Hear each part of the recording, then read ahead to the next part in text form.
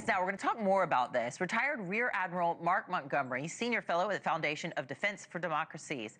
Nice to see you. Thanks. Thank you for having me, Anna. So the U.S. military hasn't tested nuclear weapons in more than 30 years as we look back at the timeline there. Why do you think the U.S. would want to start testing again, and who would handle that? So that's correct. We haven't tested in 30 plus years, and I don't think we need to, because we invest a lot of money in modeling and simulation systems that allow us to know that our nuclear weapons work. What we do test, and I hope the president was referring to, are like the actual delivery systems, the intercontinental ballistic missiles, submarine launched ballistic missiles. In fact, we tested one this past May.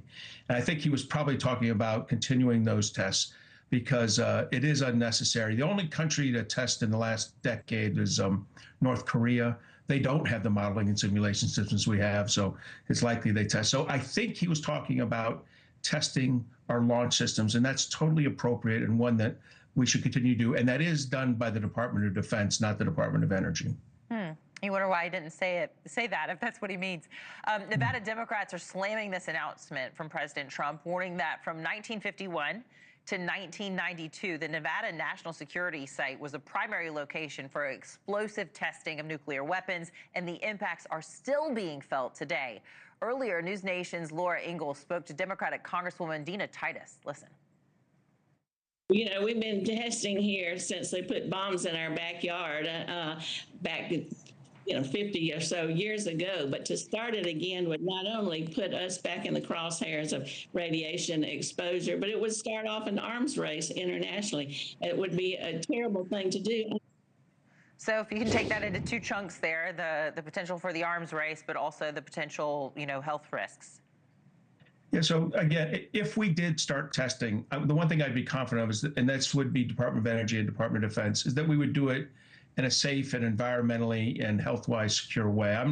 I don't share her concerns or alarmism about the testing. Although again, I don't think the testing is necessary because we have kind of kick butt modeling and simulation systems, so we know exactly how our weapons are going to work. What we actually have to test are the delivery systems, and we do test those on a routine basis. So not as much of a concern. And as far as the arms race, look, I think China is building a lot of weapons. They're testing the delivery systems. The Russians have a lot of weapons. They're testing their delivery systems.